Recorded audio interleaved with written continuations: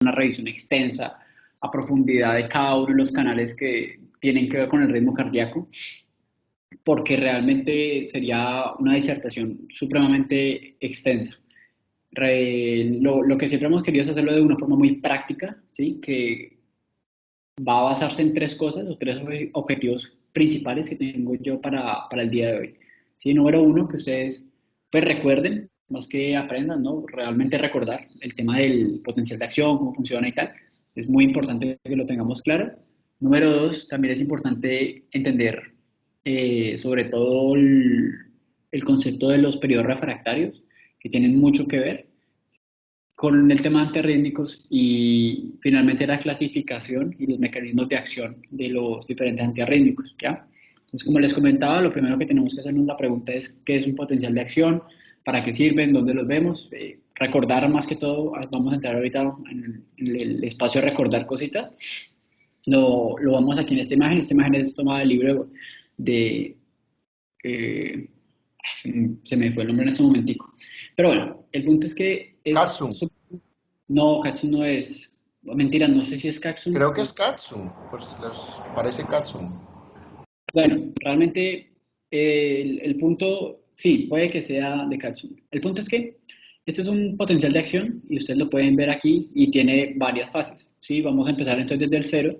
Y el cero, pues la fase cero, habla sobre una apertura de canales de una manera abrupta, ¿sí? O sea, son muchos canales y se abren muy rápido. ¿Qué particularidad tiene? Entonces, al abrirse tantos canales de sodio, tenganlo en cuenta, de forma tan rápida y por tan poco periodo de tiempo, es una fase en la cual hay un ascenso del potencial de acción muy rápido.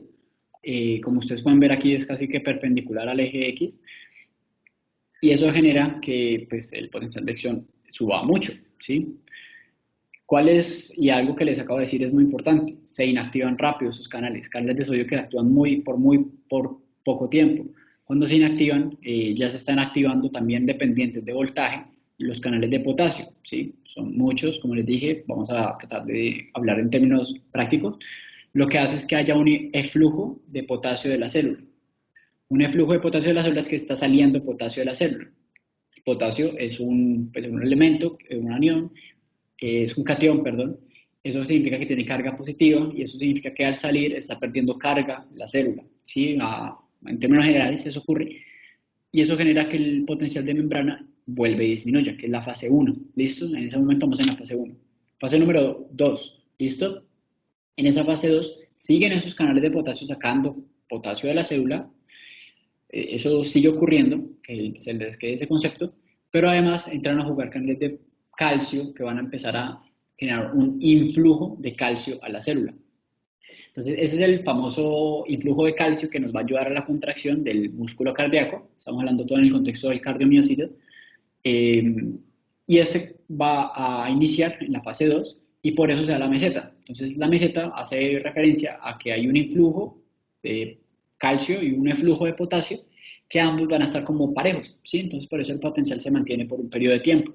Pero como ustedes ven, no es un periodo de tiempo permanente. Esto no es permanente porque efectivamente llega a un punto en el cual los canales de calcio van a comenzar a cerrarse, ¿sí? Ellos comienzan a cerrarse, pero los de potasio siguen en su accionar. Entonces, como ellos siguen en su accionar, está saliendo más carga positiva que entrando carga positiva, por lo tanto el potencial de membrana comienza a disminuir.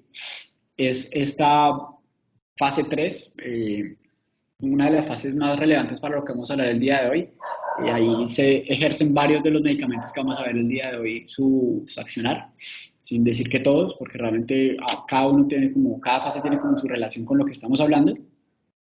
Y ya finalizando, pues, este pequeño repaso, está la fase 4. En la fase 4, pues esa es la fase como de mantenimiento, podríamos decirlo de alguna u otra manera, en la cual el principal motor de mantener esa carga o ese potencial de membrana a nivel va a ser la bomba sodio-potasio ATPasa, que recuerden, pues es como una reguladora para todo nuestro cuerpo. ¿Listo? Súper importante que de esta diapositiva se lleven eso.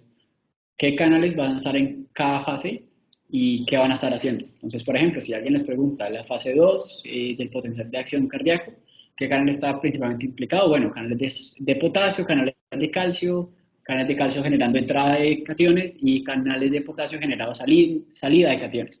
¿Listo? Entonces, con eso es un ejemplo de lo que tienen que tratar de organizar este potencial de acción, que a veces puede resultar difícil de pensarlo, pero cuando uno lo ve de forma práctica es muy sencillo.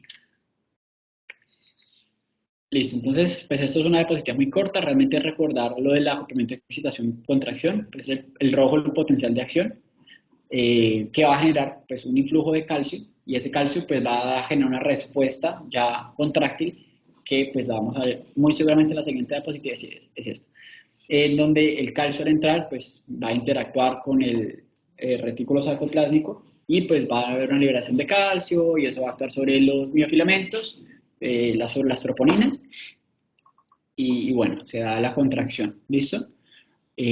Aquí esto es más bien a modo de repaso, ¿sí? No voy a andar mucho en eso. Y lo que sí voy a andar son en las siguientes 3 diapositivas. Estas son, yo creo que las 3 diapositivas más importantes de la clase, junto a la del potencial de acción. Mientras que ustedes tengan esto claro, realmente casi que se cumplen 2 de los 3 objetivos que traigo para el día de hoy.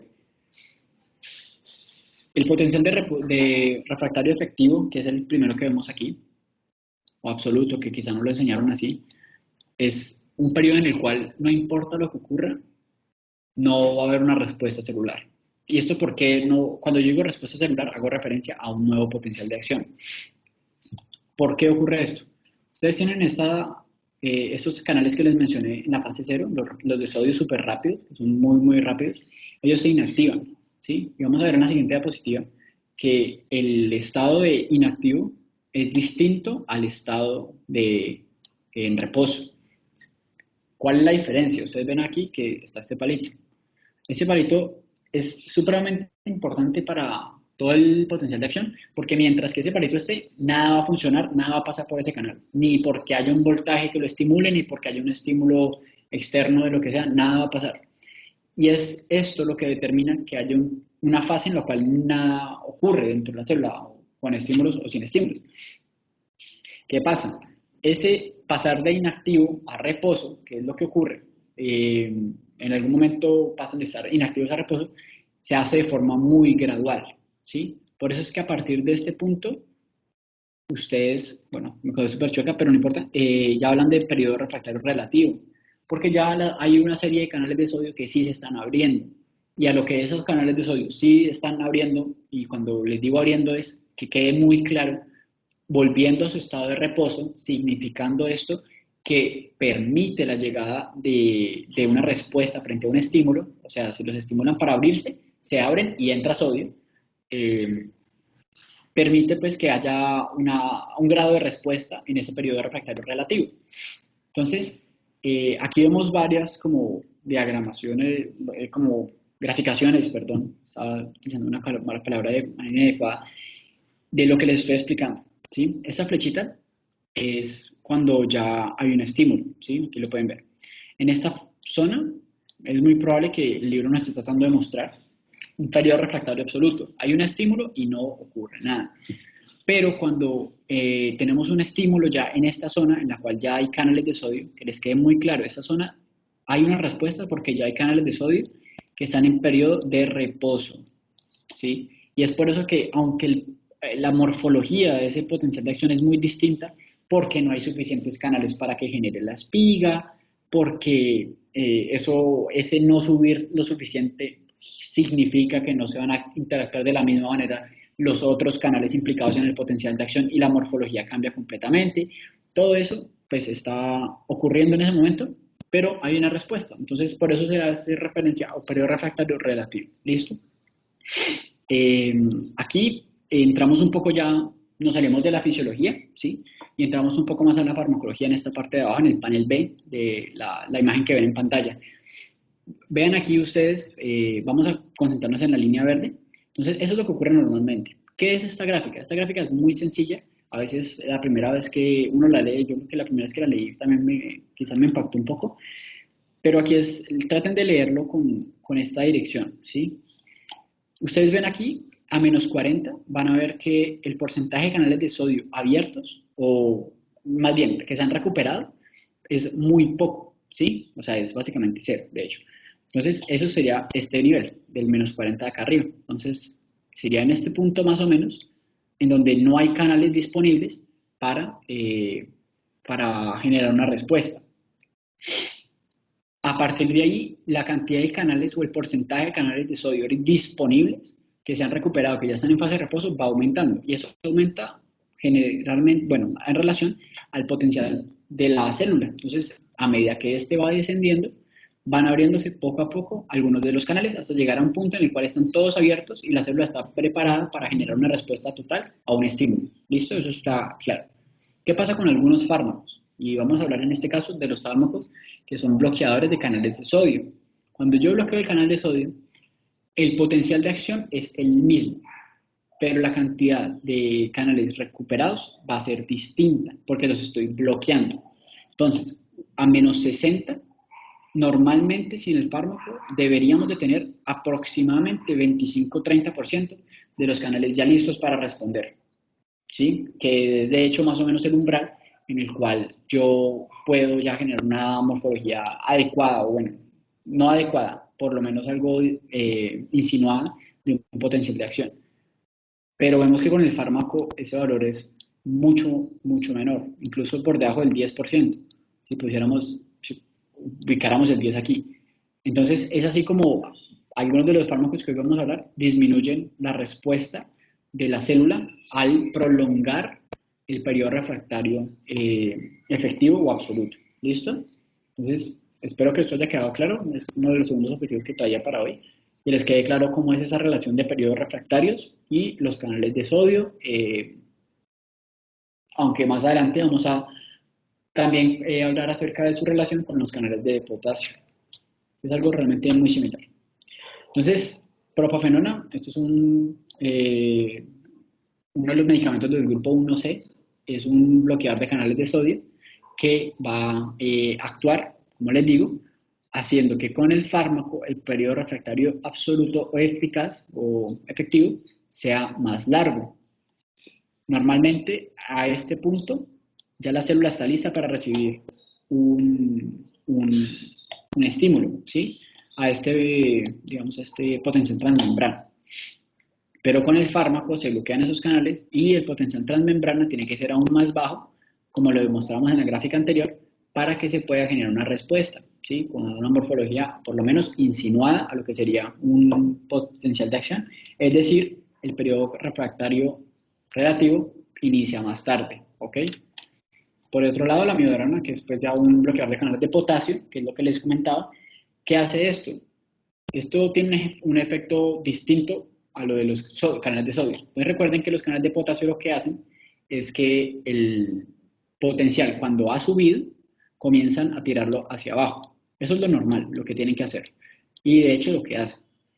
Pero ¿qué ocurre? Cuando yo los bloqueo esos canales de potasio, el potencial, la bajada, el descenso, la pendiente hacia abajo va a ser menos pronunciada, como lo vemos con esta línea roja, en la cual estamos viendo el fármaco, esta línea roja aquí, va a ser menos pronunciada, ¿sí? Porque piensen de que los canales de potasio ahí están abiertos generando eflujo, pero son menos, entonces está saliendo menos carga.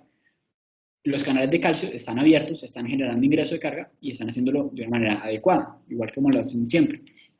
Pero se van a demorar más, o más bien, se va a demorar un poco más comenzar a bajar el potencial porque hay menos salida de cationes o de moléculas de potasio. ¿Listo? Entonces, por eso el potencial refractario absoluto se demora un poco más y eso hace que los estímulos no entren. Entonces, esta diapositiva me sirve mucho para explicarles el porqué de querer nosotros prolongar ese periodo refractario absoluto. Por dos cosas. Número uno, cuando ustedes tienen una arritmia, y tomo siempre de ejemplo la fibrilación auricular, que es pues, un tema muy interesante, y de hecho esos dos fármacos, pues es la segunda razón, estos dos fármacos se utilizan en el manejo de esta enfermedad. Ustedes tienen potenciales que entran en los cardiomiocitos de forma desorganizada. A grosso modo, eso es la fisiopatología. Obviamente hay otros componentes mucho, mucho más específicos, pero eso es como la idea, ¿sí? Hay micro reentradas, hay focos ectópicos y eso genera que los estímulos lleguen mucho a los a los cardiomiocitos y generan una contracción desorganizada del aurículo. Entonces, si eso ocurre, pues eso está mal. Cuando yo utilizo estos fármacos y prolongo el periodo refractario absoluto, lo que estoy haciendo es que así lleguen los estímulos que lleguen, que van a llegar porque el paciente tiene una normalidad y está generando problemas, van a llegar y se van a encontrar con un, comillas, muro que no los va a dejar generar una acción en ese cardiomiocito. Entonces, pues eso es positivo para el paciente, porque trata de organizar un poco el ritmo que está llevando ese paciente. De ahí el nombre antiarrítmicos. Entonces, es como el principio general de cómo funcionan los antiarrítmicos. Eso no aplica a todos, porque cada uno tiene su mecanismo de acción, pero es más o menos la idea. De ahí que sea tan importante que tengan claros estos conceptos de periodo refractario relativo y periodo refractario absoluto. ¿Listo? Entonces, ahora, pues esta es una diapositiva que me pareció realmente muy interesante el libro de Goodman. Se las traigo aquí, no voy a ahondar mucho en esto, pero sí se las dejo como para que la tengan para cuando estén revisando EKG o algo similar. Me pareció muy chévere cómo lo dibujaban. Bueno, entonces ahorita lo de la arritmia, ya les comenté más o menos el ejemplo que puse sobre FA. Es realmente un problema, un ritmo es un problema con el ritmo del latido cardíaco. O también lo define en otra literatura como una perturbación de la secuencia normal de los impulsos de iniciación y propagación del potencial cardíaco. Que pues si lo piensan es como el ejemplo que les di. Una AFA, pues tenemos una perturbación sobre cómo se da la iniciación, número uno, y la propagación, número dos. Porque se están iniciando en lugares inadecuados y además se estaban propagando de forma inadecuada. Entonces, ¿cuál es el objetivo de esta terapia antiarrítmica o el objetivo de este grupo farmacológico de los antiarrítmicos? Pues es o terminar la arritmia, por un lado, o prevenir la arritmia, por otro lado. Retomamos FA, existe un concepto que lo van a ver, lo van a entender muchísimo mejor ahora que pasen a interna, cuando vean FA, que es la cardioversión farmacológica. Pues un paciente está en FA, pues está mal, se ha indicado en algunas ocasiones hacer una cardioversión farmacológica, que es darle medicamentos que le acaben con la arritmia, ¿sí? Entonces, que le retornen al ritmo sinusal o lo más cercano posible a un ritmo normal a ese paciente. De la misma manera, hay pacientes con FA, con otro tipo de arritmias, que van a ser manejados con medicamentos que hacen que no inicien esas arritmias, porque pues obviamente están en arritmia, generan una serie de riesgos que el paciente no quiere, que el paciente ni nosotros queremos tener, ¿ya? Entonces, ese es como el esquema general. Y vamos al tercer objetivo que les planteé para el día de hoy, que es la clasificación de los antirrítmicos. Ahí vamos a hacer algunas precisiones en algunos de ellos. La clasificación es muy sencilla, son 5 grupos descritos por este autor. Hace muchísimo tiempo aún se utiliza esta clasificación y hoy la pueden leer, la pueden ver. Entonces, el primer grupo, la clase 1 de los antiarrítmicos, esto es muy importante que tengan claro las clases. Entonces, los bloqueadores de canales de sodio. Estos bloqueadores de canales de sodio tienen algunas implicaciones y es que a veces necesitan mucha vigilancia porque pues, canales de sodio tenemos en muchos lugares en el organismo y por eso es mejor tener mucho cuidado con ellos. Tienen algunos riesgos asociados. Igualmente hay medicamentos que se usan pues, ya de una forma un poco más segura, pero para que lo tengan ahí esa aclaración. Volvemos a la diapositiva inicial, pues potencial de acción. Y vemos entonces que el grupo 1A, porque se me había pasado a decirles, el grupo 1 se divide entre A, B y C, van a tener una acción sobre los canales de sodio iniciales, que están aquí con esta X, pero además tienen una interacción con los canales de potasio de la fase 4, ¿sí? Y de la fase 3. En ese grupo tenemos la quinidina y la procainamida, y vemos a ver cómo cambia la morfología. Entonces vemos que el grupo 1A, señalado con la flecha roja en este momento, va a generar, número 1, la espiga va a estar bloqueada. Entonces, la espiga no tiene la misma pendiente, que era una pendiente casi perpendicular de 90 grados, sino que disminuye esa pendiente porque hay menos canales de sodio disponibles para actuar. Y adicionalmente, ustedes pueden ver que la interacción que tiene sobre canales de potasio va a generar digamos, un retraso en la caída del potencial de acción, por lo que le habíamos dicho. Algo de alteración con los canales de potasio en la fase 3 hace que esto prolongue el potencial de acción. ¿Qué efectos vamos a ver aquí? En este grupo, pues podríamos ver el efecto que mencionamos de que los canales de sodio no van a estar listos y se demoran un poco más y necesitan un potencial transmembrana más bajo para alcanzar el mismo porcentaje de canales disponibles, número uno, que era lo que veíamos en la diapositiva explicativa del porqué de los antiarrítmicos, que sería la propafenona, ¿sí? Y el efecto por parte de los canales de potasio, que sería que el prolongar esa caída hace que el mismo potencial, el periodo refractario absoluto también se prolongue. ¿Listo? Entonces hay como todos efectos sobre el tema de las arritmias o de las reentradas anómalas. ¿Listo? Ese es grupo 1, ya saben, procainamida y quinina. Se utilizan en todo tipo de arritmias, hay arritmias e incluso pues, arritmias asociadas a infarto. El infarto muchas veces termina matando es por eso, porque genera una taquicardia ventricular y luego una fibrilación ventricular y pues el paciente muere. Y esto también puede ser utilizado en este tipo de situaciones. Ahí lo del cuidado que les decía que a veces pueden generar algún tipo de problema asociado sobre todo a hipotensión y a otros, digamos, comorbilidades que pueda tener el paciente o, digamos, síntomas asociados como dolor de cabeza, vértigo, depresiones cardíacas y síndrome similar a lupus eritematoso sistémico. El grupo de los 1B es un grupo en el cual el accionar va a estar principalmente sobre los canales de sodio de la fase 0. Es el grupo de la lidocaína. También hay algo de mención sobre canales de potasio, pero pues realmente es el grupo que ustedes van a ver que tenemos en este lado, que es el que está señalado con la línea roja.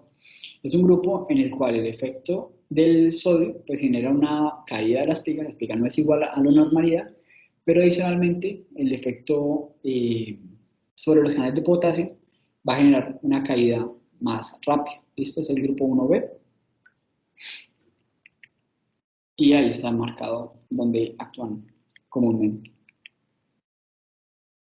La lidocaína, de nuevo, la acción ventricular es lo que más ocurre con este medicamento y realmente es un medicamento muy selectivo, pero también es un medicamento que toca tener muchísimo cuidado. Es de bastante cuidado y es muy puntual su uso igualmente. Realmente con antiarrítmicos van a ver que cuando lean ahorita el tema en el libro o ahonden un poco en esto, que su uso es muy selectivo en muchas ocasiones, porque son un poco problemáticos en ocasiones. Arritmias ventriculares, lo que les decía, las arritmias ventriculares asociadas a isquemias agudas o infartos, síndromes coronarios agudos.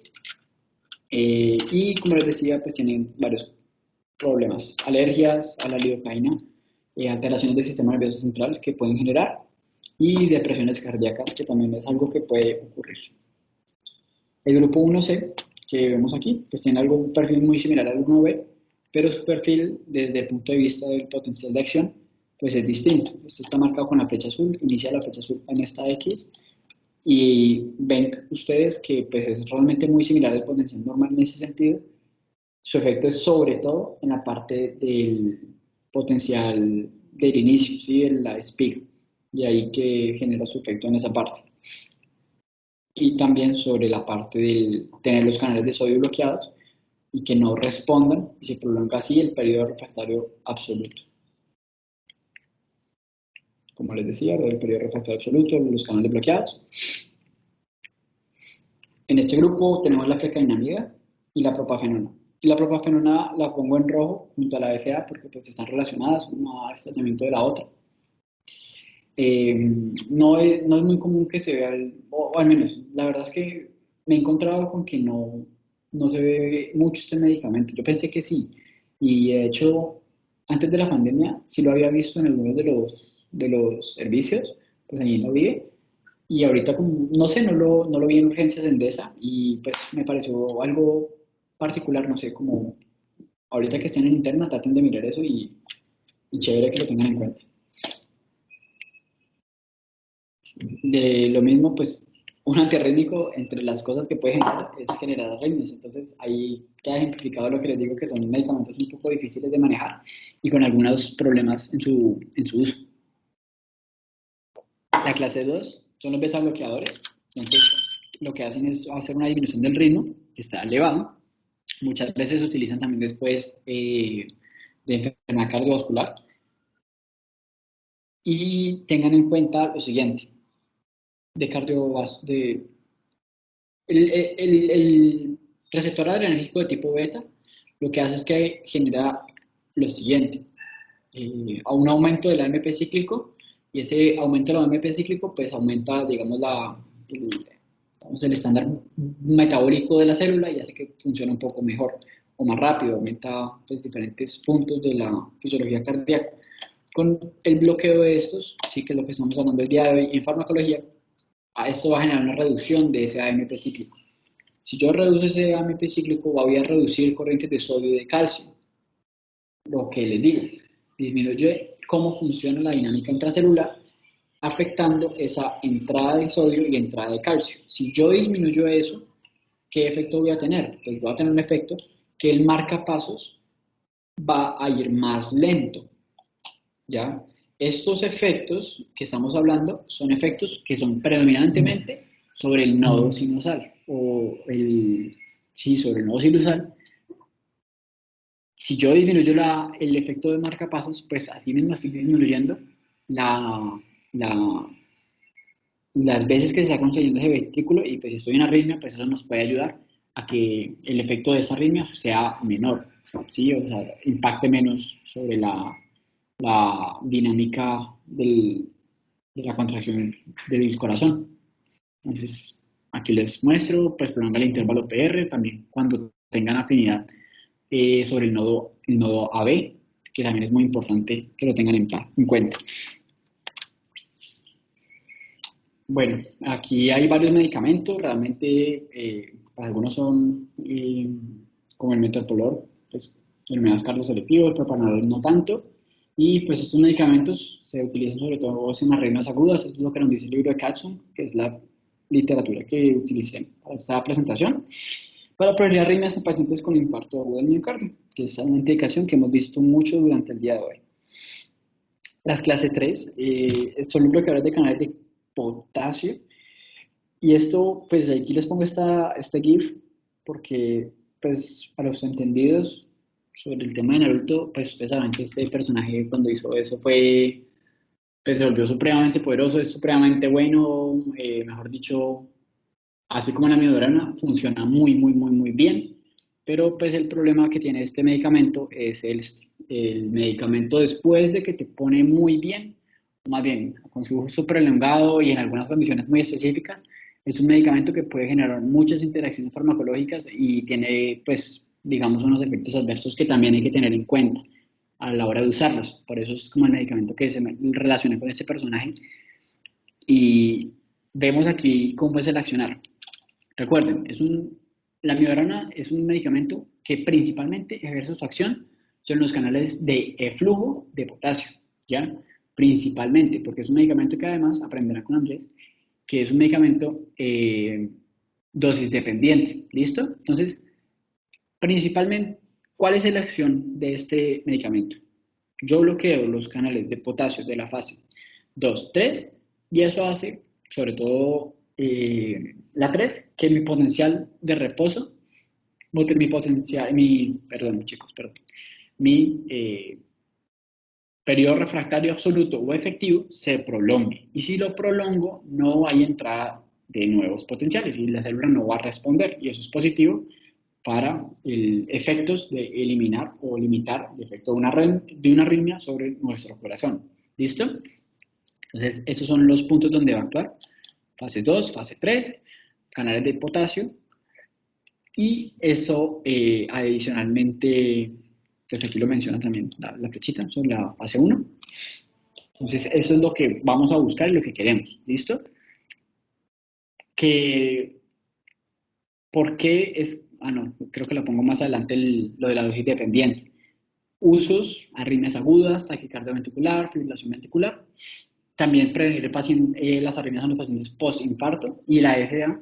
Incluso que día que había una necesidad de cardiovertir un paciente en urgencias con una FDA, se utilizó este medicamento.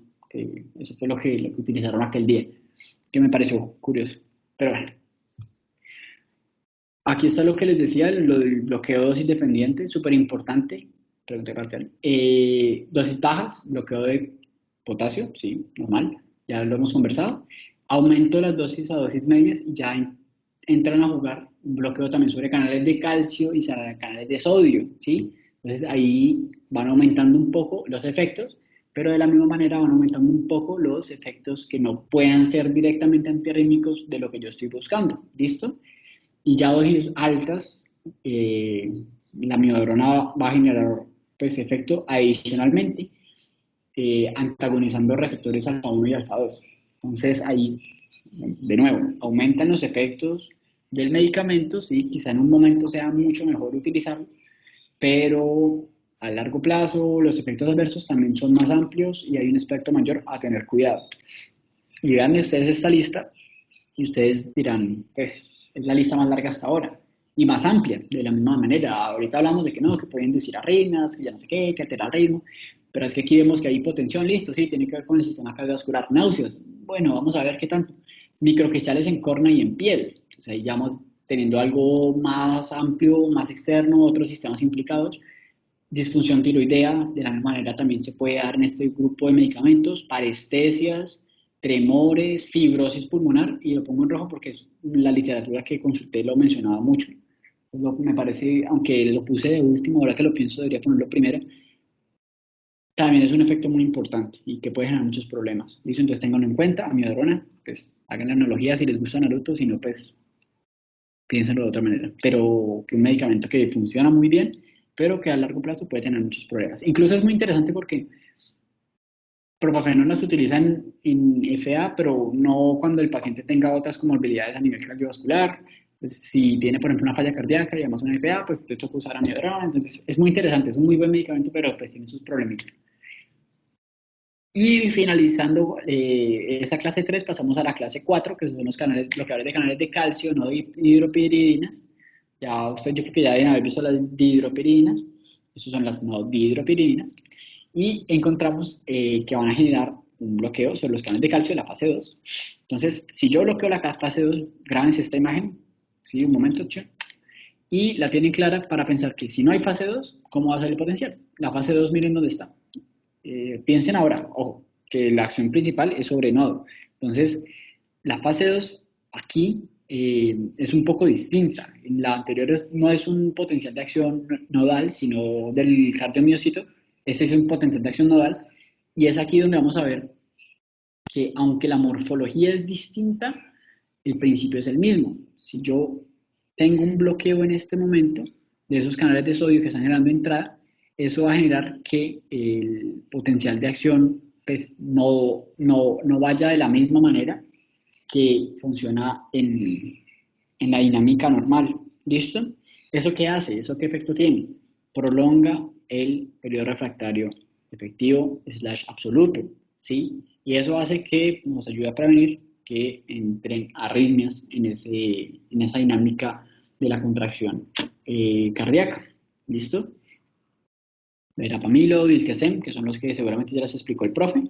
De la misma manera, pues son nuestra herramienta para prevenir algunas arritmias nodales y también para prevenir algunas reentradas nodales. ¿Listo?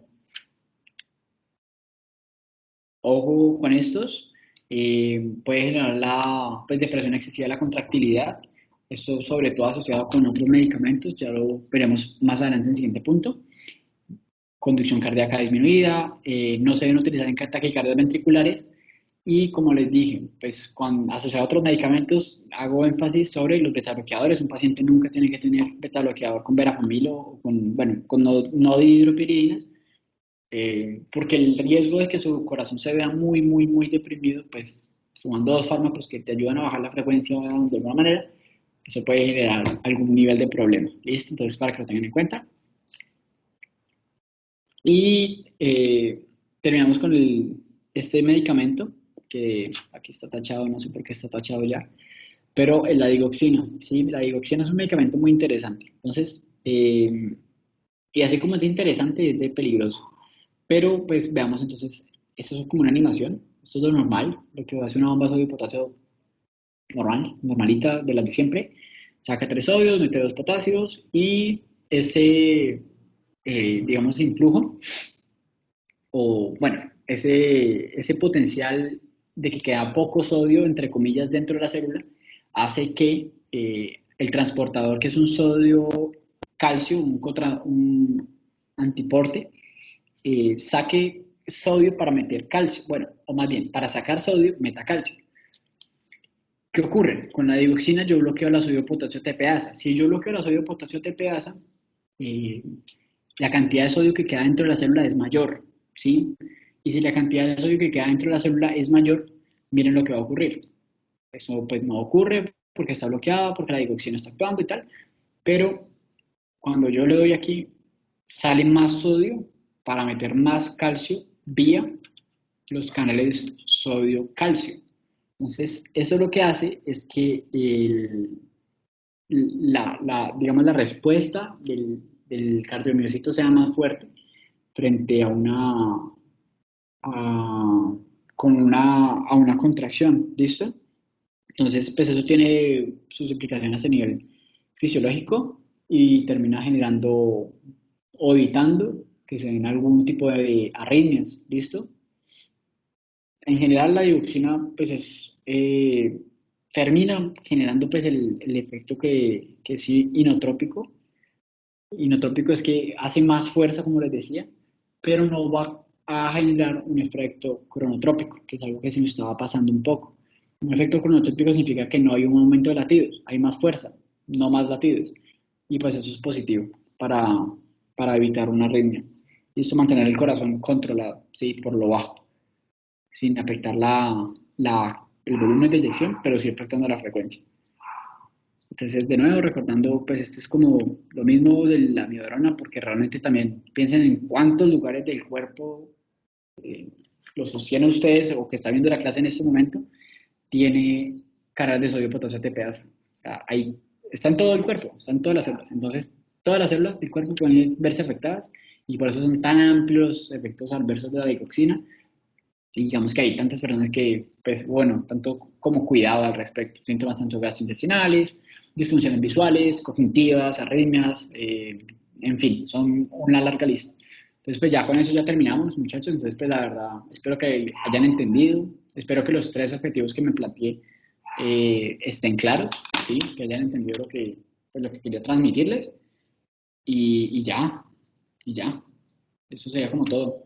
Interacción amplia, recuerden que no es fácil y aunque estos medicamentos quizás no los vas a manejar, con el internista y modo del médico general en muchas ocasiones, sí hay que conocerlos muy bien y saber que existen y qué interacciones pueden tener.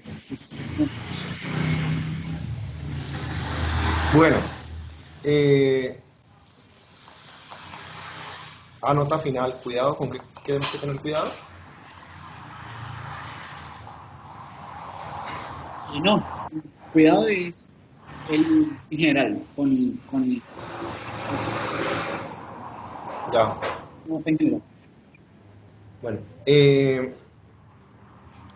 las arritmias que manejamos con fármacos son muy pocas realmente y pues vas a darte cuenta que hay arritmias que no se manejan, hay arritmias que necesitan marcapasos y entonces pues realmente tenemos unas cuantas taquicardias supraventriculares que son las que principalmente vamos a manejar con fármacos. Eh, las y los fármacos pues tienen un espectro de acciones muy grandes en general en el organismo que hacen que sean difíciles de manejar.